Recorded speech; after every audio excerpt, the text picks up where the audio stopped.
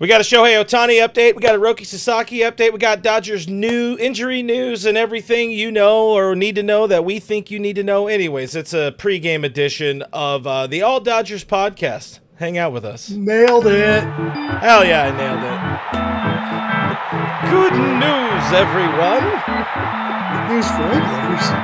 Coming at you live from my home studio in beautiful La Puente, California. This is the All Dodgers podcast, brought to you by the FanDuel thing and the Bleav Network and all that. Anyways, these are people. We're going to be here for a short time before Dodgers at Diamondbacks, the final road trip of the regular season. And yeah, like I said at the top of the show there, brilliantly, might I add, there are a lot of things going on, gentlemen. So do we want to pretend to talk to each other, or we just want to dive straight into it?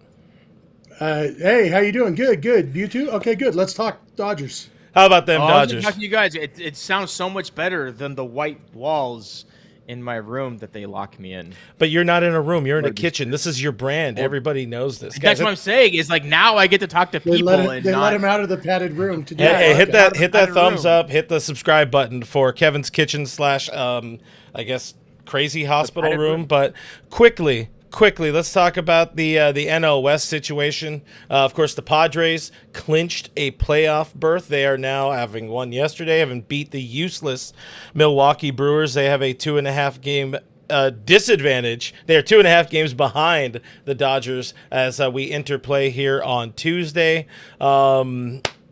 I guess Manny Machado took off his shirt and put a bunch of beer in his pants, but Dodgers still looking like strong favorites to win the NL West, to get our FanDuel odds in here early. Dodgers, I know that guy. Speaking of Manny Machado's pants. Yeah. Where's the Manny Machado where's pants his head? have a head? Yeah. There it is. There it is. Decapitated Machado. That's the only things you get here, or one of the things you get here on the All Dodgers podcast. But Dodgers, 2 days ago, Jeff, there were no more NL West odds. Now there are odds again. Dodgers still heavily favored, minus 6,000 to win the National League West. Padres. This is over at FanDuel, right? This is over at FanDuel. That is correct. FanDuel odds. FanDuel. Sure. Right there. It's right below me because it's important to point out. There's obviously some playoff implications going on in this game today. The Dodgers, the Diamondbacks. Diamondbacks sit one game behind the Mets and the Reds. The Reds, I hear, are getting shellacked, being down a whole 2 points, as the kids say. But, we're still looking for that separation between the Reds and the Mets to figure out which team the Dodgers are going to play. And the Dodgers have their own say right now in the wild card to figure out whether or not they want to have a potential possibility of playing the Diamondbacks. So I would say just beat the Diamondbacks. Simple, easy, delicious. Definitely simple. Simple and easy aren't the same thing. Simple, that's all it takes. Just one step. Beat the Diamondbacks. If the Dodgers sweep the Diamondbacks, it doesn't matter what the Padres do the rest of the season. Dodgers win the West. D-backs then wouldn't make the playoffs. D-backs, it's an uphill battle anyway. They got to leapfrog two teams, and they're playing the Dodgers and Padres. I guess maybe if the Dodgers do go ahead and clinch here, then the Padres aren't playing for anything, and so maybe they just work on setting up their rotations. Maybe it gives the D-backs a chance this weekend. But, uphill battle for the D-backs. But they're going to be motivated at least for these first couple games of this series. And players always want to win. The Major League Baseball players go out there to try to win. Sometimes the breaking news lineup construction represents more of a realistic view. But once the players are actually on the field, they're trying to win. And as we've seen, even when the D-backs aren't as good as the Dodgers, sometimes they can beat the Dodgers. I'll say this one here. That Ninja Dan, I got one here for Kevin, says the Raiders have officially been eliminated from postseason contention. But more importantly, here's one from Dad Braves. It's really upsetting my dog in the background. Wait, you just went out of your way? Yeah. Lambast? Time. There's time. It's the Raiders. Come on. You're trying to win ball games with Geno Smith. This is the Dodgers. Done. You understand that the Dad Dodgers, Braves. The majority Dad of Dodgers Braves. fans are also Raiders fans. You can mute him, Clint. Dad Braves asking, and I was going to throw this to Kevin, who would you rather play, Mets or Reds? I'm going to throw in the Diamondbacks. If you had your say about it, which of those three teams would you want the Dodgers to face, Kevin, in a 3-game wild card series? I I would say the Diamondbacks, I don't think the rotation's good enough, and they don't have Christian Walker. Without Christian Walker, I don't fear the Diamondbacks nearly as much. That's a fact. If I had to bad take, Kevin is showing up. Yeah, hot. so bad. It would be Diamondbacks, Reds, and then Mets. The Mets just do have the firepower to win any given series with Francisco Lindor, Pete Alonso, Juan Soto. Those guys can win a game like immediately. And then the Reds, the reason that Reds scare me is they have a couple pitchers that have given the Dodgers fits this regular season. Nick Lodolo and Sonny Gray has also done really well against the Dodgers. And I just don't necessarily want to see them if I don't have to. And the Dodgers have done really well against like the Brandon Pfaadt of the world and the Merrill Kelly. So like it's not that I'm like not scared of the Diamondbacks, but of those three teams, I do think the Dodgers, at least for me, I'm less worried about the Diamondbacks than the other ones. For the record, we are aware that Merrill Kelly is not on the Diamondbacks anymore. Yes, that's true. I wasn't even aware of that, to be honest. I haven't paid attention to the Diamondbacks. He got traded at the trade deadline when the Diamondbacks punted. Yeah, remember when they were selling? Now here they are. Same with the Giants. Jeff, you have any thoughts, or do we want to maybe get through this series and then see where things are at? Yeah, I don't really believe in choosing who you'd rather play because it's just setting yourself up for heartbreak. If I know the Dodgers are going to win the series, I don't care who they play. If I know they're going to lose, then I want the Diamondbacks. The Reds is the team I would mind losing to the least of the three, then the Mets, then the Diamondbacks. So I guess I'd go in that order. But yeah, Mets offense scares me more. Reds pitching scares me more. Dodgers should be good enough to beat either team. So bring it on. Yeah, I really like the Dodgers against the Mets. I like the Dodgers starting rotation against any of these teams, really. But the idea of facing another NL West opponent, I just if we could push that back a little bit, I would much prefer that. But we will have more of this conversation later on in the week. I agree with Matty Man 5 Dodge. Just win, and nothing else matters, just like Metallica told us all those years ago. What?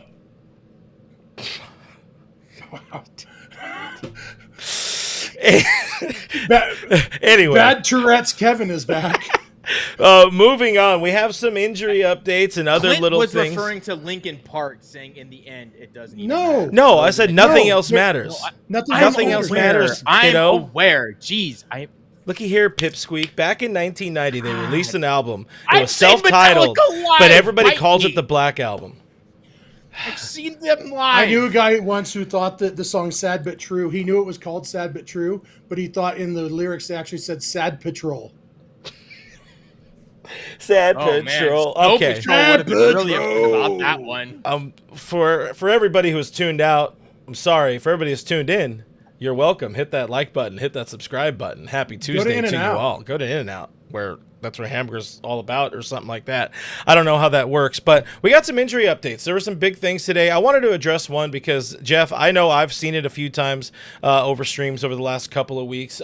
People with the impression that maybe there would be a Brusdar Graterol return this season. We pretty much can confirm now, this coming from Sonia Chen, who covers the Dodgers for MLB.com, and also coming from Andrew Friedman. Pretty much it's hard to ramp up and get him back to where he would need to be in time. So you're not going to see him in the regular season, and you're very, very unlikely going to see him in the postseason. And it's good to know that they're not going to potentially pull that lever and have somebody who has not pitched for the team this year, join them in a wild or in a, let's say, in a championship series or something like that. But can we like close the book on Brusdar now officially? Yeah, the only reason it wasn't closed is because last time Dave Roberts said Graterol wasn't coming back, then Graterol posted a video of himself throwing a bullpen session in Arizona. Said, I'll show kind of you. kept that fire alive. But now Andrew Friedman confirmed it, and maybe the biggest confirmation is Brusdar Graterol is hanging out in the dugout during games now. He's no longer at Camelback Ranch trying to work his way back. He has clearly called it a season, and so I guess maybe if 5 relievers got hurt in the NLDS, Brusdar might head back to Arizona and start throwing bullpen sessions because they were going to need him in the NLCS. But other than that, it's not going to happen. That's what's it called? That's a Monty Burns 9 misfortunes. Listen, if we're at that point, just call it a season. The Dodgers could just hang up their spikes if they're down that many players.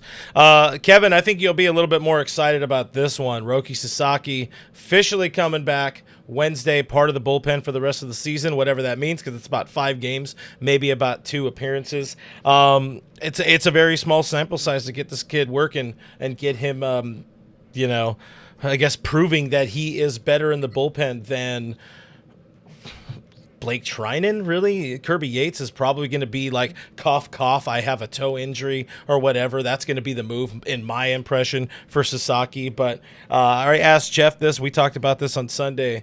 Kevin, what do you need to see out of Roki in maybe 2 to 3 appearances to put him on a wild card roster?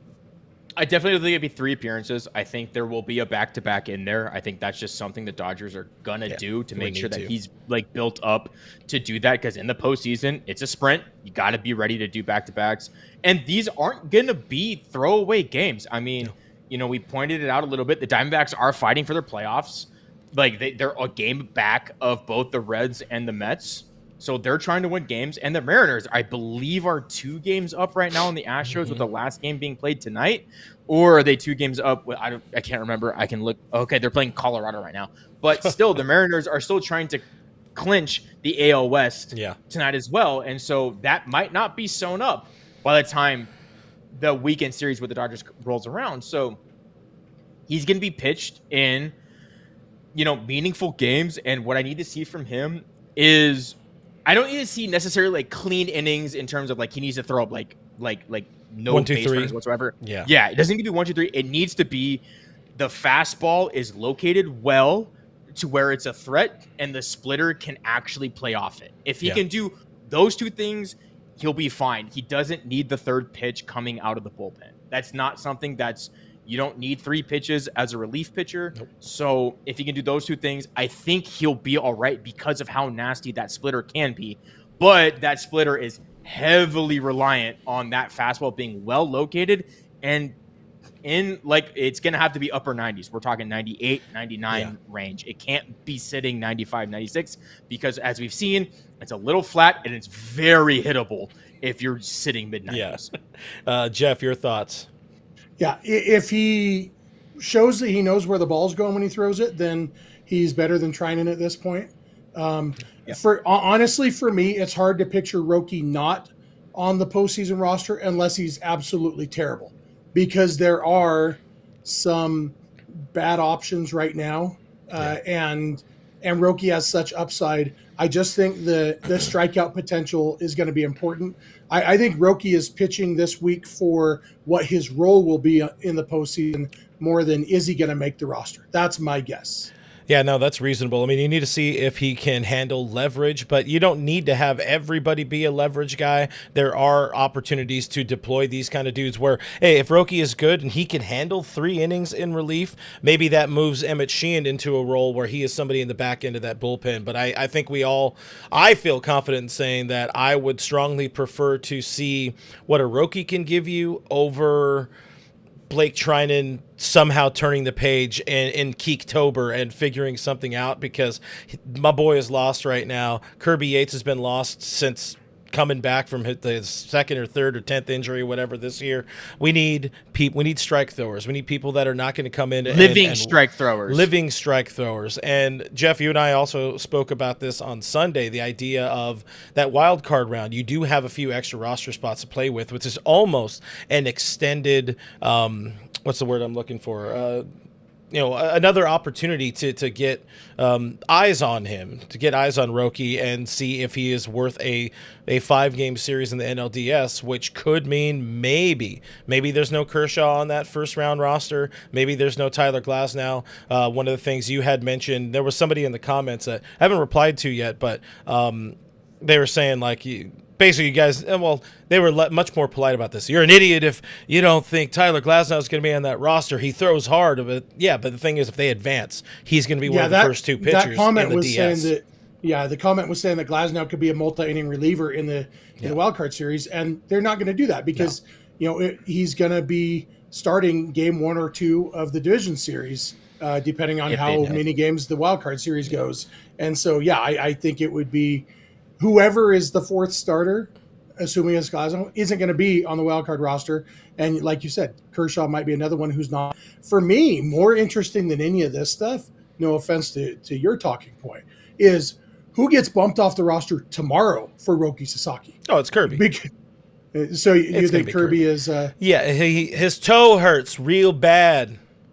If his toe hurts, if you bother making up a toe injury when he's only under contract this year and he's not going to be on the post roster anyway. The thing is, keep it like in case you need living players when you run out of players. Do you throw away look at all the shit behind Jeff. He doesn't throw things away. They're not going to throw away Kirby Yates if they can collect Kirby Yates and just have him there. He's a baseball card. He is somebody where the same way maybe Brusdar is going to throw a little bit in a break in case of emergency.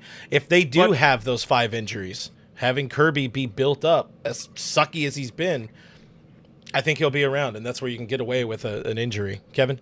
But I wonder, too, what does it mean for his paycheck? So he gets paid either way. On their major league roster, because that probably for this organization does play a role because they tend to do very well by their vets, guys who have been there and done that for an organization, especially over this year.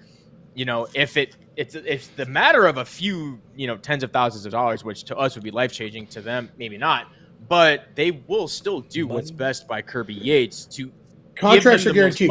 Kirby Yates is getting the exact same amount of money, whether he's on the active roster, on the injured list, or DFA'd. Okay. He's getting the same exact amount of money. I just cannot imagine them DFAing him with 5 games to go when they can get away with some sort of injury designation. Now, the thing is, that's the other thing I didn't really consider. Roki needs a 40-day roster. Yeah, he would need a 40-man roster spot. I still think it'll be Kirby in some capacity off the roster, and I would be shocked if they do end up releasing him just because he is healthy.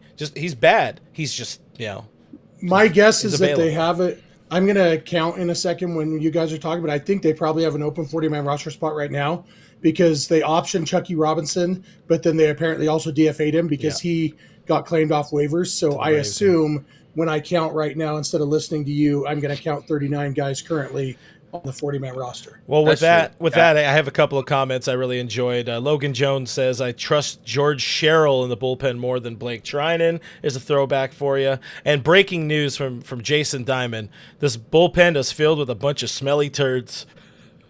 I really enjoyed that one. I guess we could shift forward while Jeff is doing accounting, unless you 39. Okay, so we don't need to worry about that. And also, are we talking 2009 George Sherrill or 2010? 2009 George Sherrill was lights out. Yeah, it was 10. 2010. I want 10. Let's go with 10. How about this? Brandon League. What is that? 2013. He was mediocre, I think. Led the league in inducing double plays. Leads the league. Well, you got to put a lot of runners on to lead the league. Good.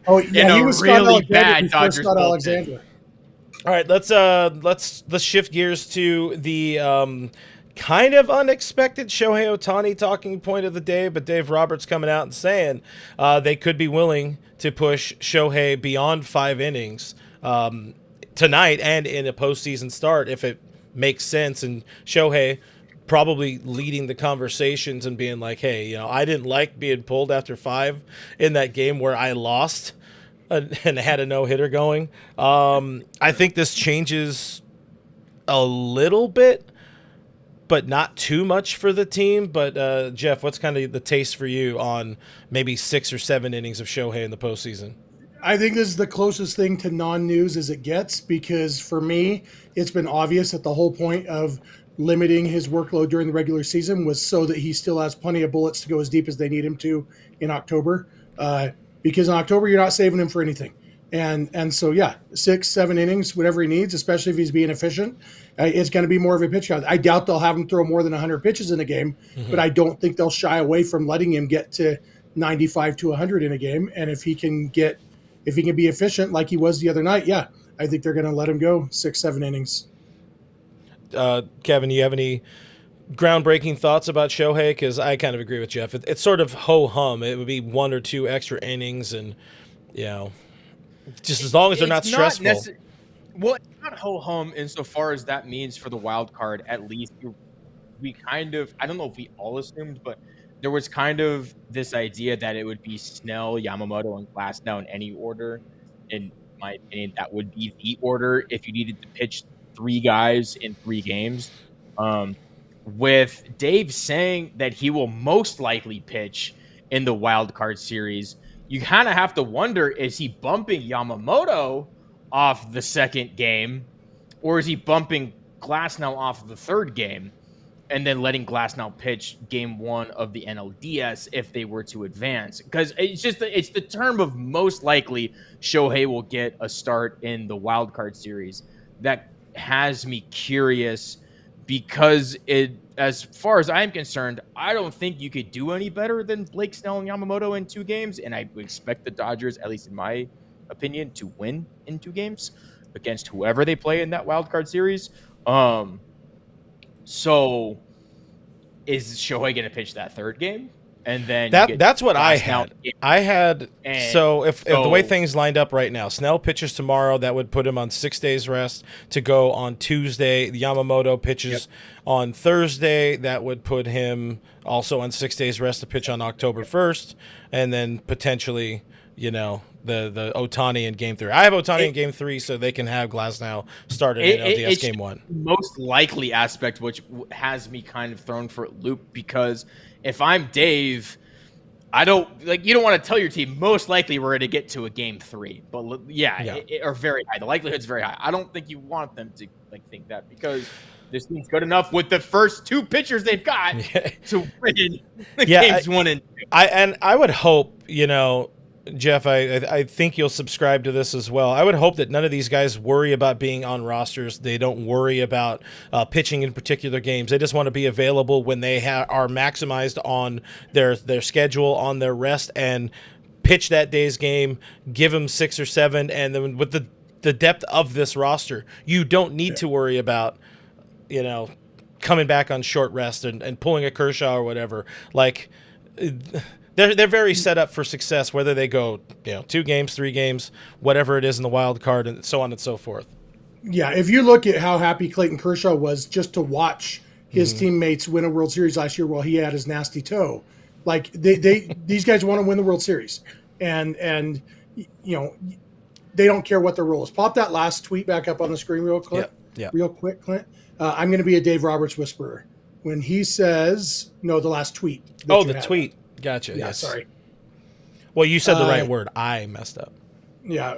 Asked if Ohtani would start game 1 of the wild card series. Dave Roberts said, quote, "We don't know yet. I think it just kind of gives us some options, but the likelihood of him starting a playoff game in that first series are very high." And we'll overlook the fact that he used wrong form of the verb to be, should be is high.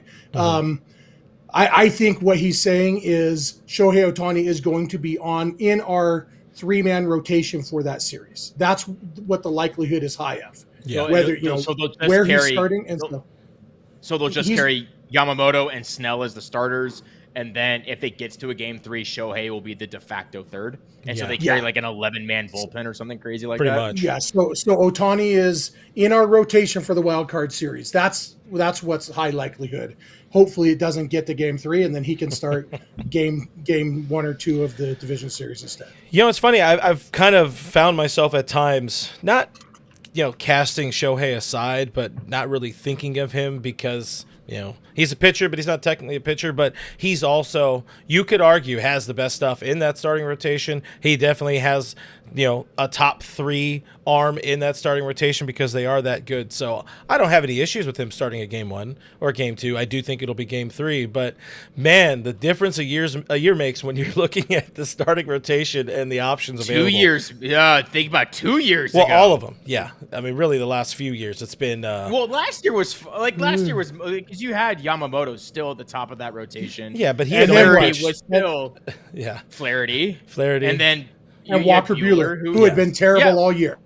That's fine. Yeah, you guys don't have faith the in ultimate butane. if, though. I do. I just hope I don't have any faith in butane. going to this postseason, but you took it like 2 years ago where they had like literally the corpse of Clayton Kershaw, Emmett Sheehan, and Lance Lynn. So. Yeah, I just want to pop this one. I want to pop this one up here as Kevin explains what Mrs. Kevin is doing in the background.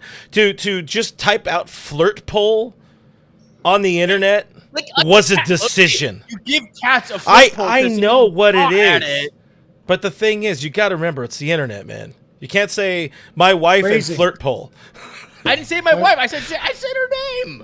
Hashtag phrasing, baby. Anyways, well, my wife. Well, his wife is on the pole in the background. Let's talk about Brock Stewart for a second here, because Brock Stewart is another one of those guys that we were kind of half expecting to come back and be available in the series. Maybe there's a slight amount of pushback on there on that angle. Robert's saying they want to make sure he feels good, which is kind of a wasteful line on Dave. He usually tries harder with his bullshit, and that there's no guarantee he's activated.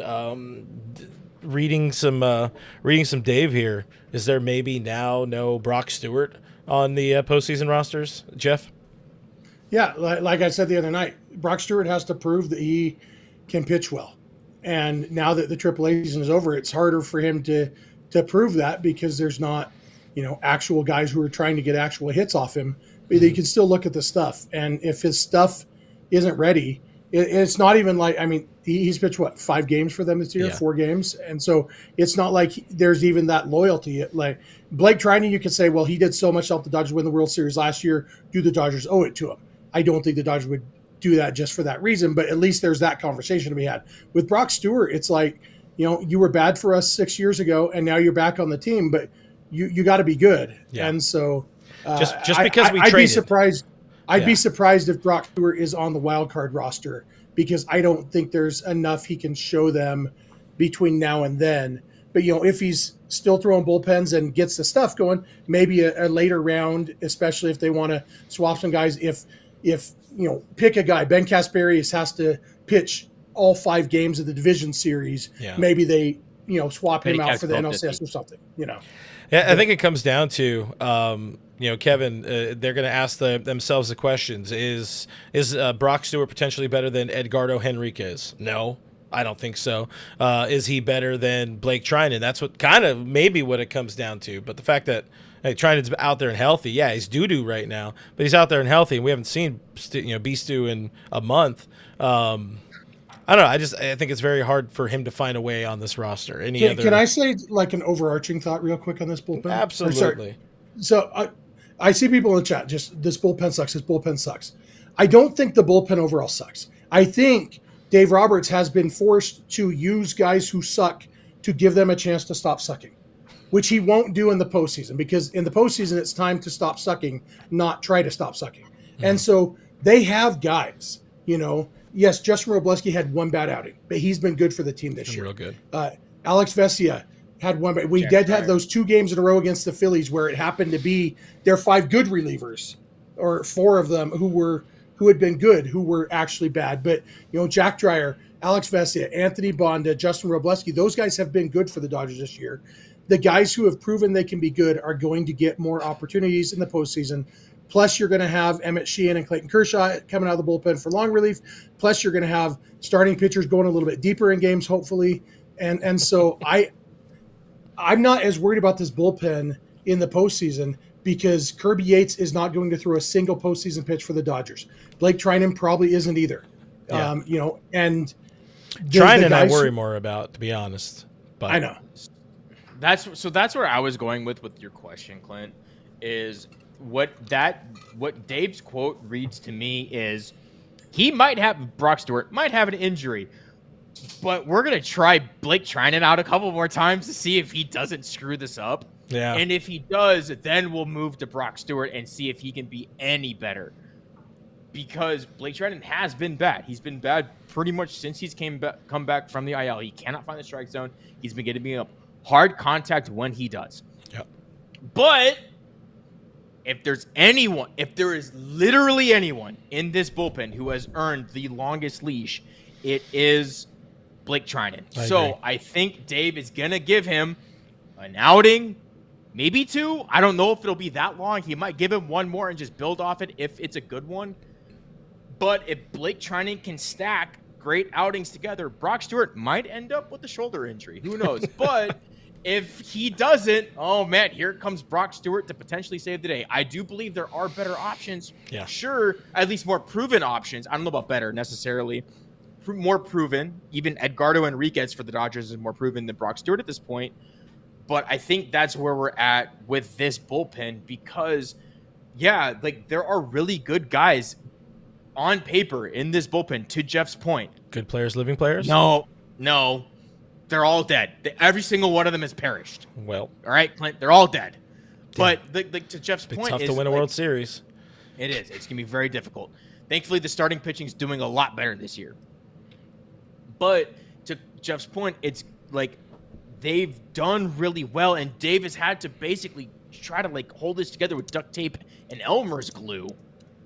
But these are guys that he can't just like quit and walk away from because they have at least been good for the Dodgers in the past. I wish I could quit you. Yeah, I mean, listen, we saw the team get rewarded last year with the Walker Buehler situation. Maybe the same happens. Maybe that calendar does flip to, well, September 30th, and all of a sudden Blake Trinan has something. But I do feel in knowing Dave and knowing the way he operates with his players, Trinan will be on that roster over other healthier, potentially more better arms to use. And I think all of that is the reason that Blake Trinan will continue to get opportunities the next 6 games. Yep.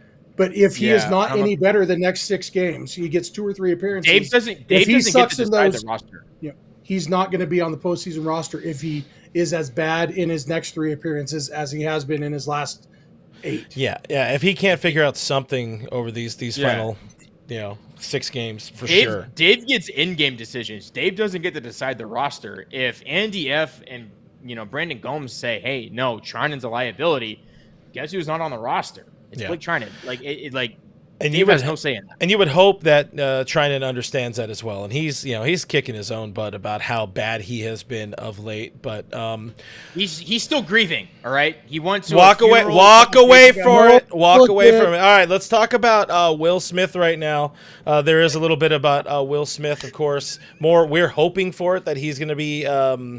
Hopeful that he's going to be ready to be the team's likely playoff opener, which is kind of shocking with where the hand is at. That feels like a rush job, considering his hand was seen in a splint, just 2 days ago.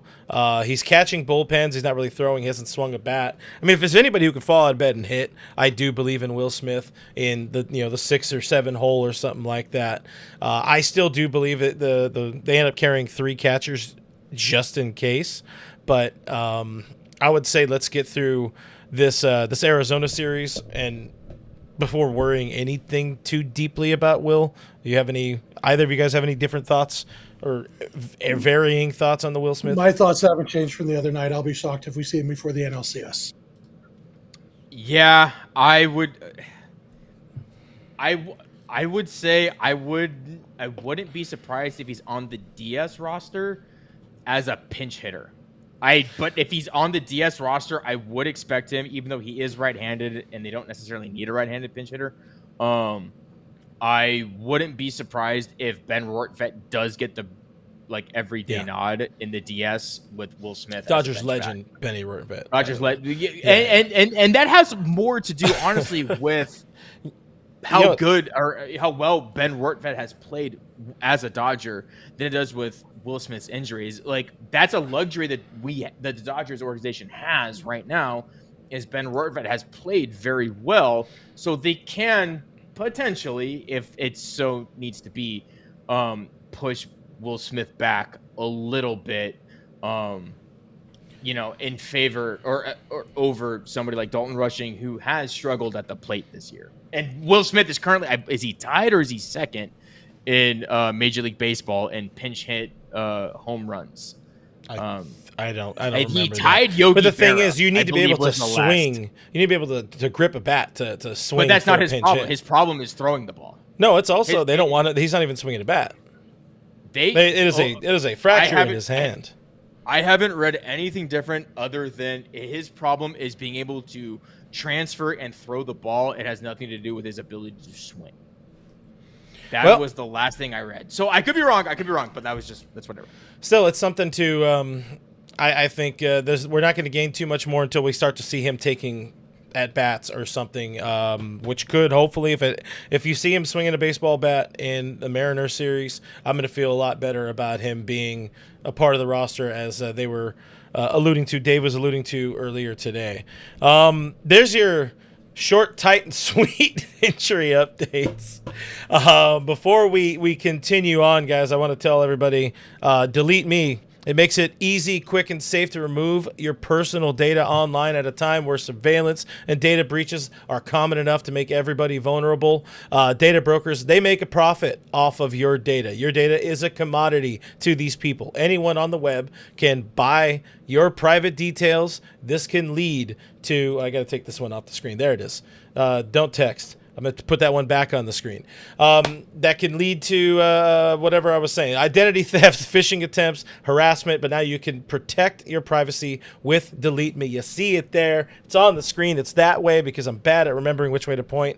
Listen, I'm somebody who has an active online presence, you could say. You guys are watching me online right now. Privacy is something that is important to me. I don't want people knowing anything about me, to be honest. With all the precautions I take, data brokers are still out there trying to get my data, sell my data to the highest bidder. Delete Me helps me keep a little bit more peace of mind each and every day, knowing that there's somebody out there helping me out. Take control of your data. Keep your private life private by signing up for Delete Me. Now, at a special discount for our listeners, you see it there on the screen. You get 20% off your Delete Me plan when you join deleteme.com/hit. That is deleteme.com/hit, HIT. Use that promo code HIT at your checkout. That is the only way you're going to get 20% off. You go join deleteme.com/hit. Use promo code HIT at checkout. That's joindeleteme.com.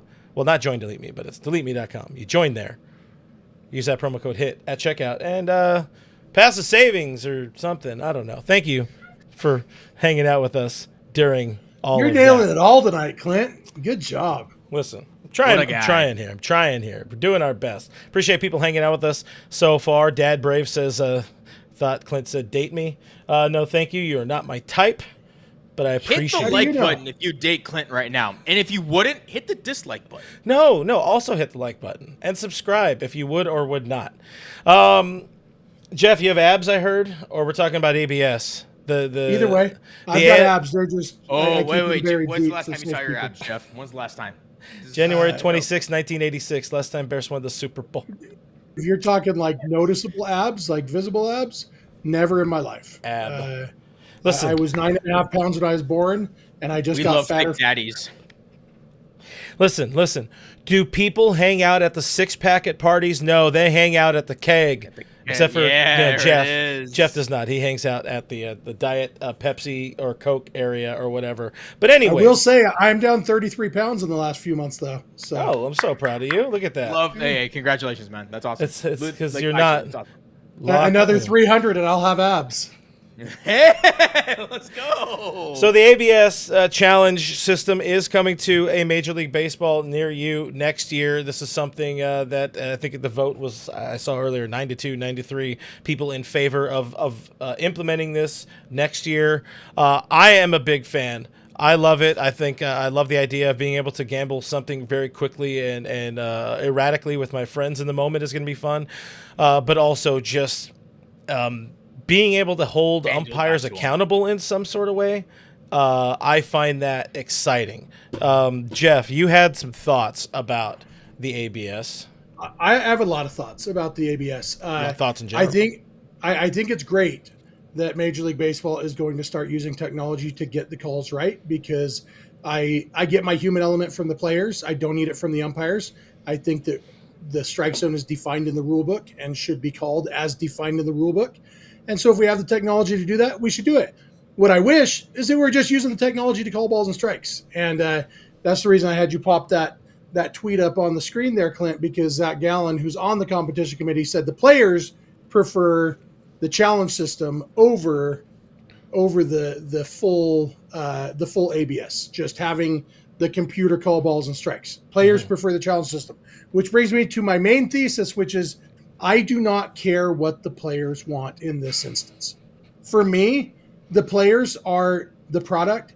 the players get paid a lot of money to play. The point of calling balls and strikes is to make the game less frustrating for fans to watch, to increase the entertainment value. I don't care what the players want. I care about the entertainment value of baseball. And for me, there's nothing more infuriating than a terrible umpire. And I don't mean that as a judgment on the umpires. Calling balls and strikes is very hard. People say they're better than they've ever been. That might be true. So is the technology. So is the fact that now we have a box on the screen, so we know every time they miss it. I don't know if you guys watched that Brewers-Padres game last night. It was bad. In addition to the Brewers' utter inability to situationally hit or understand what the count is, Roberto Ortiz missed 25 calls. It was a terrible, terrible game for the umpire in a game that has major playoff implications, a game in which the Padres ultimately clinched their playoff spot, and the umpire was absolutely terrible. I'm sure he's a nice guy. I'm sure his mom loves him. I think it sucks that he was put in a position to have to do something he's bad at, which is decide if this 98-mile-an-hour pitch with 36 inches of movement was a ball or a strike when it crossed the plate. A human being cannot do that well enough, and technology can. So just get the calls right. And so that's why, I don't care if the players, they want, pitchers.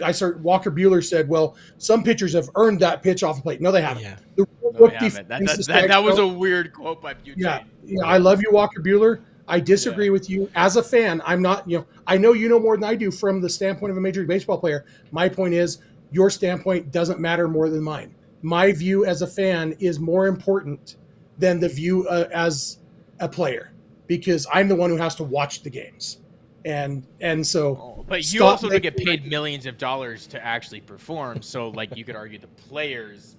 No, but so they're getting their millions of bucks. That's what they get out of it. What do I get? I get entertainment value. Yeah. Of watching. And you help put the millions of bucks in their pocket. Yeah. A batter and a pitcher battle each other. I don't need the umpire involved in that battle. And you just know there's going to be some game where CB Buckner has 13 calls overturned in one night. And CB Buckner is in tears by the end of the game because he's going to be like, wait, all this stuff people have been saying about me for 30 years is true? I am the worst umpire known to mankind? Or there's going to be even worse. There's going to be a CB Buckner game where it's the ninth inning and he blows a call and the team that it went against is already out of challenges. And so it's still going to, the thing that everybody says, well, at least this way we can stop the egregious calls and stop them from impacting the game. It's not going to stop them from impacting it. It'll lessen it, but there still will be times when a terrible call impacts the game because somebody's out of challenges and people are going to say, why are we letting CB Buckner look this bad every night? Why don't we just put a little speaker in his ear and he can pretend that he was going to call it correctly? He can say, "Yep, strike one. I was totally going to say that. No, I wasn't going to say ball. I'm not that bad." It's not fair to the umpires. It's not fair to the fans. That's my thoughts. You can't deny that it is fun to be up in arms about a really bad umpire. I can deny it. It's not fun. It's infuriating. Nothing brings people together quite like being mad at the same umpire at the end of a game. I mean, you've seen our Discord. If you don't care who wins, it's just like the Manfred Man base runner in extra innings. If you don't care who wins, it adds entertainment value. Yeah. Well, look at this. Look how mad Manny Machado is at that bad call, or in Manny Machado's case, usually that good call. But if you care who wins, it is infuriating to have umpires missing calls. Yeah, no, I mean, it's fair. And that's what I said before to get to Kevin, to reiterate my overarching feeling, besides the joking of gambling with friends on the call being overturned, is the fact that it is a step in the right direction towards public accountability for umpires. That is a step in that correct direction. Kevin, thoughts? Yeah, I agree. With both of you to an extent. I ultimately side with Jeff. I think it should just be robo-umps because that's just, if you have the technology, do it. There's no reason not to. But in the effort to get to that point, I think they're taking a step in the right direction. And all it's going to take is a year or two of, like you said, CB Buckner getting 20 overturned calls in a game. Be like, hey, man, we need this ump out of here or whatever. Or at least getting the egregious calls wrong. Like Jeff said, minimizing those does help the game. It does help the the product of the game from a viewer standpoint. But like Jeff said, we should just have robo umps at this point. Nobody should necessarily earn a strike because of their pedigree in the past. Yeah, they should earn a strike by throwing a strike. Throw a strike. Like it's not that difficult in terms of like what you like the qualifications to do it. Yes, it's difficult to do from like a physicality standpoint. Not many of us could throw a 98-mile-an-hour fastball down the middle. But from a qualification standpoint, no, you shouldn't just earn a strike because your name is, Clayton Kershaw. Like he shouldn't. I'm sure Clayton would be one of the first people to say that. Is he doesn't want gimme strikes. He wants strikes that he's earned or swung and missed.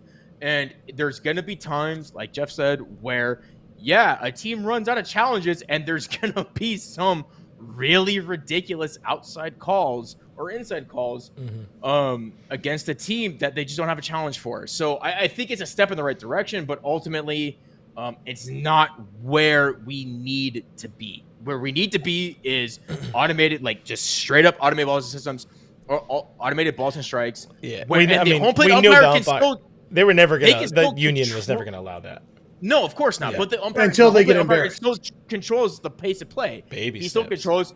Does the pitcher meet the batter's eye? Like in terms of being ready to set up, throw the ball, box. Calls at the plate. There are still many things that the home plate umpire will do and can do.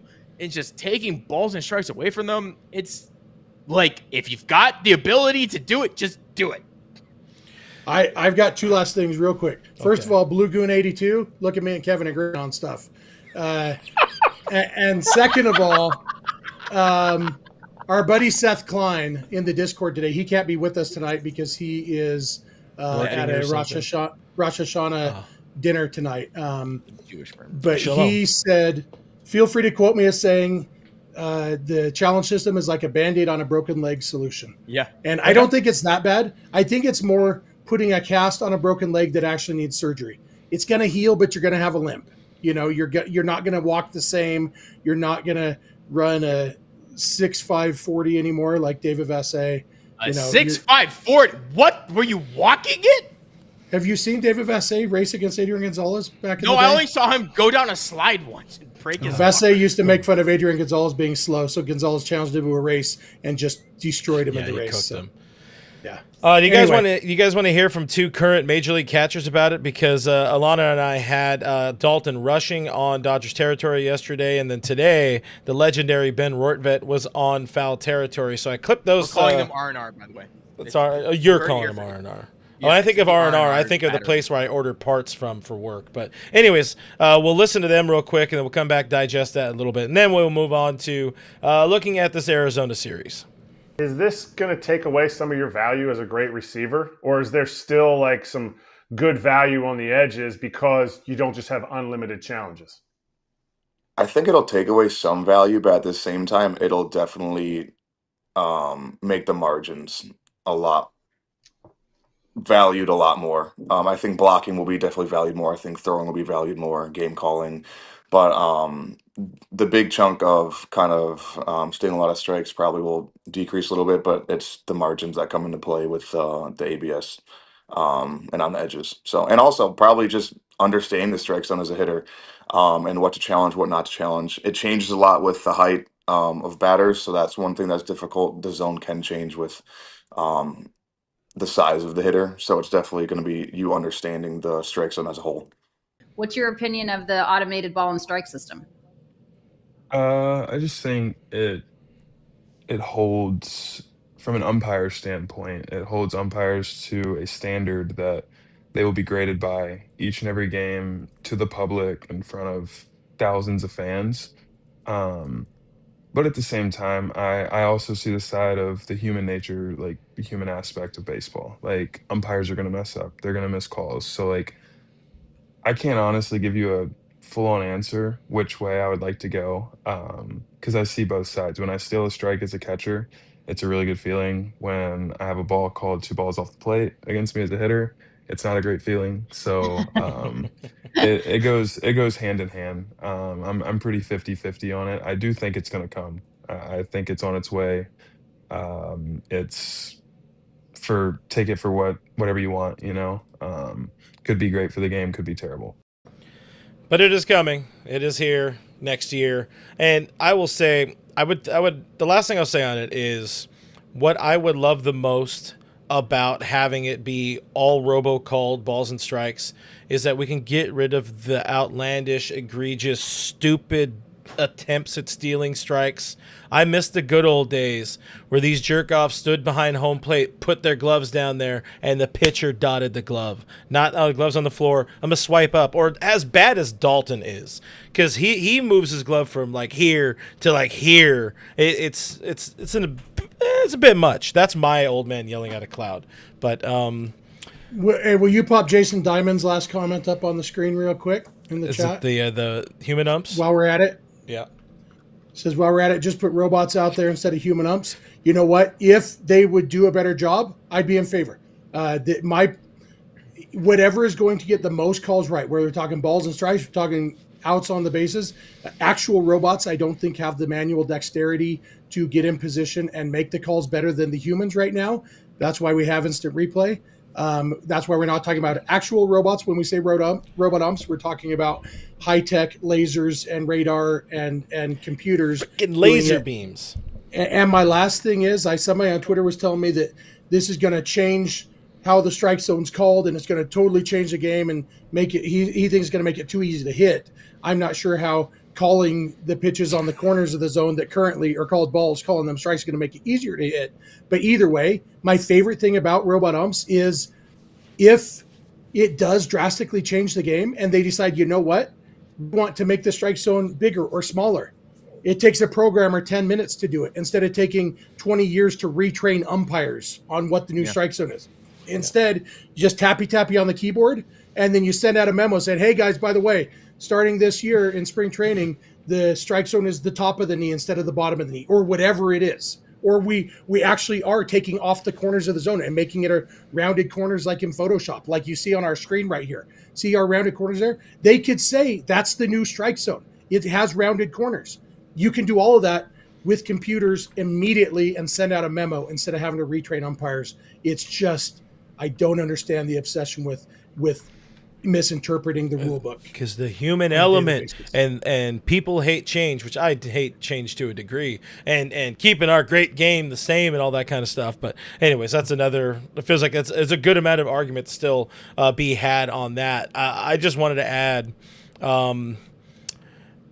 imagining like robot umpires, like physical robots on the field.